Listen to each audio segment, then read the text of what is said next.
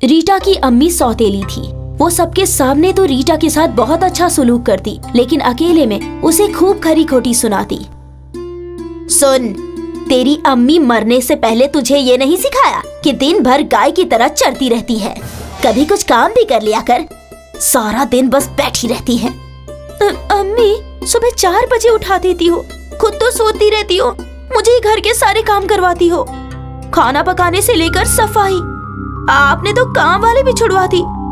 मैं अब्बू जान से बात करूंगी कि आप सबके सामने कुछ और पीछे कुछ और हो। हाँ हाँ, जा बता दे। मैं तो कहती हूँ कुछ ऊपर से भी लगा के बता देना कि मारती हूँ पीटती हूँ, लेकिन ये सोच लेना तेरी तो हो गई है निकाह की उम्र, लेकिन पीछे जो तेरा छोटा भाई है ना, उसकी पढ़ाई लिखाई पर ठप्पा लग जाएगा, समझे? रीटा बस इसी बात से खौफ खाया करती थी कि उसके छोटे भाई की पढ़ाई उसकी सौतेली माँ छुड़वा न दे, क्योंकि उसकी सगी अम्मी हमेशा अपने बच्चों को अच्छे से अच्छा तालीम देना चाहती थी। देखो अम्मी, सब करना, लेकिन मेरे भाई की पढ़ाई मत छुड़वाना। मैं किसी से कुछ नहीं कहूँगी, वादा करती हूँ। अब आई ना रास्ते पे, बहुत होशियार बनती है। तुझको ये नहीं पता कि तेरी भी अम्मी हूँ मैं, भले ही सौतेली ही सही। अब जाके जितने धुले बर्तन हैं, सबको कपड़े से पोंछकर सुखाकर और अच्छे से सजाना। रीटा की सौतेली अम्मी एक बार बगीचे में टहल रही थी कि उसका भाई उसके पास आता है। अरे क्या बताऊं बहन, हम लोग के हाथ में लॉटरी लग गई। पता है, तेरी सौतेली बेटी के लिए एक रिश्ता आया है। वो लोग बहुत ही अमीर हैं, लेकिन लड़का नालायक है, ना काम करता है ना धाम, बस सारा दिन घर पे शराब पीकर जुआ खेलता है। अरे तो खेलने दे जुआ, ये बता अपना फायदा क्या है उसमें? अब नालायक बेटे के निकाह के लिए वो 5 लाख रुपया दे रहे हैं। बस लड़की अच्छी चाहिए, हम लोगों को क्या है, हम तो निकाह करा देंगे चुपचाप और पैसे ले लेंगे, फिर ऐशी ऐश है। सौतेली अम्मी को क्या चाहिए? पैसे, फिर चाहे बेटी का जो हाल हो। और वो तो सोचती है कि चलो अच्छा ही होगा कि बला टलेगी। वो पैसे लेकर रीटा का निकाह सुनील से करवा देती है। तेरी अम्मी तो सौतेली थी, लेकिन सुना है तुझे बहुत प्यार करती थी। देखा विदाई में कैसे रो रही थी। लेकिन एक बात समझ नहीं आई, उसने पैसे के लिए ही तो निकाह नालायक लड़के से क्यों कराई? कैसी बात कर रही हैं आप? प्लीज उन्हें नालायक ना बोलिए। आपने अम्मी को कितने पैसे दिए थे? 5 लाख रुपए, सारे कैश। तेरी सौतेली अम्मी और सौतेला मामा आकर ले गए थे। रीटा सास की बात सुनकर अगले दिन मायके जाती है, जहाँ सौतेली अम्मी नोट गिन रही होती है। रीटा अम्मी से पैसे उठा लेती है और अम्मी पर जोर से चिल्लाती है। शर्म आनी चाहिए आपको, एक बेरोजगार शराब पीने वाले लड़के से आपने मेरा निकाह करवा दिया, बस चंद पैसों के लिए। ये भी नहीं सोचा कि मैं सारी जिंदगी कैसे गुजर बसर करूंगी। निकाह से पहले सौतेली माँ का दुख झेला और अब निकाह के बाद शौहर का दुख झेलूं। चल चल पैसे यहाँ दे, नहीं तो तू जानती है ना, तेरे भाई को घर में बिठा दूंगी। तभी वहाँ रीटा का छोटा भाई रोते हुए आ जाता है। आपी आपी, तुम क्यों चली गई? ये तुम्हारा सारा काम मुझसे करवाती है, और तो और देखो पोछा लगा लगा कर मेरे हाथ कैसे हो गए। रीटा भाई की हालत देखकर जज्बाती हो जाती है। वो सौतेली अम्मी को सारा पैसा दे देती है और कहती है, ये लो अम्मी, बस मेरे भाई पर जुल्म न ढाओ। अब्बा जान दूसरे शहर में रहते हैं, यहाँ सिर्फ यही तो है आपके पास, इसे भी आप परेशान करके रखती हैं। अच्छा, इतनी फिक्र है तो साथ ले जा। लेकिन ये ख्याल रखना, बहन के मायके में उसका भाई कुत्ते की तरह होता है। रीटा को समझ नहीं आता कि वो क्या करे। वो वहाँ से चली जाती है, लेकिन भाई को जल्द आने की बात बोलकर जाती है। रीटा ससुराल में दुखी रहने लगती है। एक दिन शौहर जब होश में आता है तो, क्या बात है रीटा, कोई परेशानी है क्या? मैं जानता हूँ मेरे जैसा शौहर किसी को नहीं चाहिए, लेकिन फिर भी सौतेली अम्मी के कारण तुमने मुझसे निकाह किया। मैं तुम्हारा एहसान कभी नहीं भूलूंगा रीटा। मैं कोशिश करूंगा कि शराब ना पीऊं। रीटा शौहर की तरफ मुस्कुराकर देखती है। पहली बार किसी ने उससे उसकी परेशानी की वजह पूछी थी। रीटा शौहर के सामने टूट सी जाती है और रोने लगती है। नहीं नहीं, मुझे आपसे कोई शिकवा, कोई शिकायत नहीं है। मैं तो अपने भाई को लेकर परेशान हूँ। सौतेली अम्मी मेरे आने के बाद घर का सारा काम उससे करवाती है, जबकि वो पढ़ाई में बहुत अच्छा है। बस उसी की फिक्र रहती है। ओह, इतनी छोटी सी बात पहले क्यों नहीं बताया? हम लोग का नैनीताल में स्कूल है। मैं अभी प्रिंसिपल से कहकर वहाँ दाखिला और हॉस्टल में रहने के लिए पढ़ाई का बंदोबस्त करा देता हूँ। रीटा शौहर की बात सुनकर खुश हो जाती है। जल्दी ही रीटा के भाई का नैनीताल के स्कूल में दाखिला हो जाता है। भाई बहन दोनों खुशी खुशी रह रहे होते हैं। शौहर भी शराब पीना बंद कर देता है। लेकिन एक रोज रीटा के ससुर उसके पास आते हैं। बेटा रीटा, तेरे आने के बाद सुनील काफी सुधर गया है। वो अब पीता भी नहीं है। लेकिन मुझे बस एक फिक्र है कि वो कोई काम नहीं करता। हम लोगों का इतना बड़ा कारोबार है, वो अगर काम नहीं करेगा तो एक रोज सब खत्म हो जाएगा। अब इसका इलाज भी तू ही कर दे। रीटा कुछ सोचती है। फिर, अब्बूजान, मैं आपसे जैसा कहती हूँ आप इनसे वैसा ही बोलिएगा। हो सकता है ये तरीका काम कर जाए। फिर रीटा ससुर को कुछ बोलती है और फिर अगले ही रोज रीटा शौहर से कहती है, सुनिए, मैं माँ बनने वाली हूँ। मुझे दवाई दिलाने के लिए डॉक्टर के पास ले चलिए। कुछ पैसे रख लीजिए। कुछ फ्रूट्स और ड्राई फ्रूट्स ले लेते हैं। सुनील अब्बा के पास जाता है और उन्हें खुशखबरी देता है और अब्बा से पैसे मांगता है। पिता सोची समझी योजना के तहत, अरे कैसे पैसे? मैं तुम लोगों को पाल रहा हूँ, वो क्या कम है जो एक और आ रहा है? अरे बच्चे पैदा कर रहे हो तो उसके पालने का इंतजाम भी करो। मैंने कोई खैरात या पनाहगार थोड़ी ना खोल रखी है। सुनील, ये बच्चा पैदा मत करो क्योंकि मेरे पास अब पैसे नहीं है। सुनील पिता की बात से इतना परेशान हो जाता है कि वो रीटा के पास आकर रोने लगता है। पता नहीं पिताजी खुद को क्या समझते हैं। पैसे देने से इनकार कर दिया, बोलते हैं कारोबार संभालो। पैसा देने से इनकार कर दिया। अरे उनका पोता होने वाला है और पोते के लिए उनके पास पैसे नहीं है। कैसे दादा जान है ये? और मुझे बोलते हैं कि कारोबार संभालो वरना बच्चे पैदा मत करो। अरे अरे, कोई बात नहीं। वैसे अब्बूजान बात तो सही कह रहे हैं। कहने को इतना बड़ा कारोबार, लेकिन कौन संभाले? पिताजी की बात तो सब बेकार है ना। और बिना पैसों के हम लोगों के बच्चे की तो भीख मांगने की हालत। सुनील रीटा को बीच में ही रोक देता है। भीख? नहीं नहीं, मेरा बच्चा कभी भीख नहीं मांगेगा। उसके लिए चाहे मुझे दिन रात मेहनत क्यों ना करनी पड़े। सुनील कारोबार पूरी ईमानदारी और जतन से संभाल लेता है। इतना ही नहीं, उसका कारोबार और ज्यादा तरक्की करता है और रीटा की जिंदगी खुशहाल हो जाती है।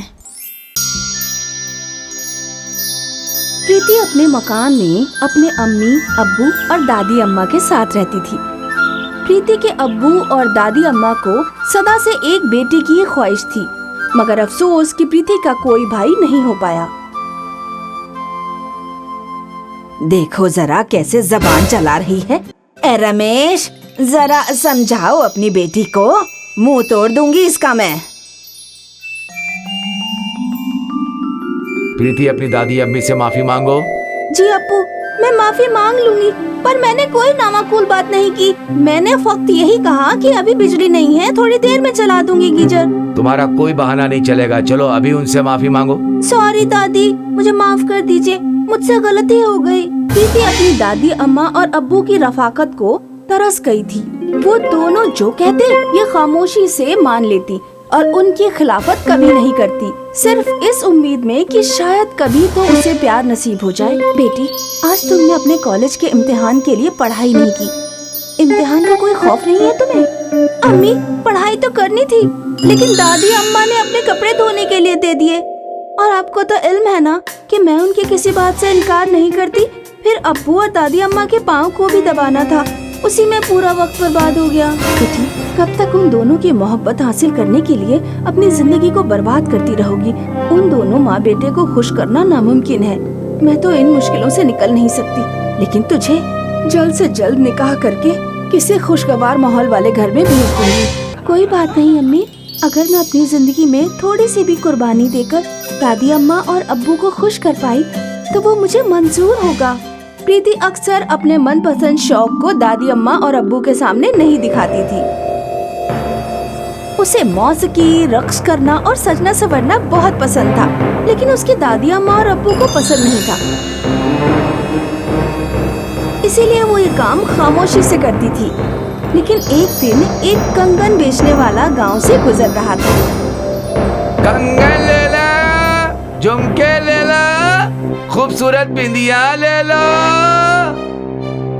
प्रीति इधर आ, खबरदार जो उस कंगन वाले के पास गई, तेरी टांगे तोड़ दूंगी। चलो मेरे पास आओ, मेरे पाँव दबाओ। जी जी दादी अम्मी। प्रीति वैसे तो दादी अम्मा के पैर दबा रही थी, लेकिन उसका दिल कंगन वाले की तरफ ही था। प्रीति की अम्मी ने ये नजारा देख लिया और वो खामोशी से अपनी बेटी के लिए 2 जोड़े कंगन ले आई। प्रीति जरा बावर्ची खाने में आना, कुछ काम है। जी अम्मी अभी आई। दादी अम्मा 2 मिनट रुकिए, मैं अम्मी की मदद करके आती हूँ। मेरी प्यारी बेटी, मुझे इल्म था कि तुम्हें कंगन खरीदने हैं। अम्मी आप कितनी अच्छी हैं, कितने खूबसूरत कंगन हैं। मैं इन्हें अभी पहनकर देखती हूँ।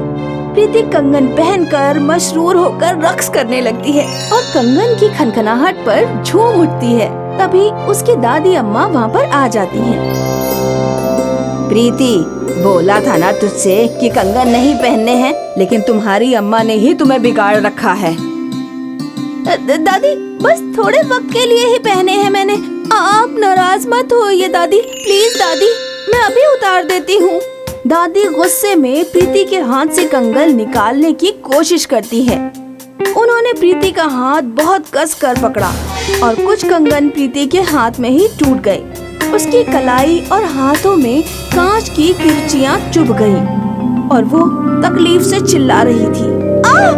दादी अम्मा बख्श दीजिए, मैं उतार दूंगी, मैं खुद करती हूँ, मुझे तकलीफ हो रही है। सब तेरी गलती है, ना तुम कंगन पहनती ना ये सब होता। गधी कहीं की।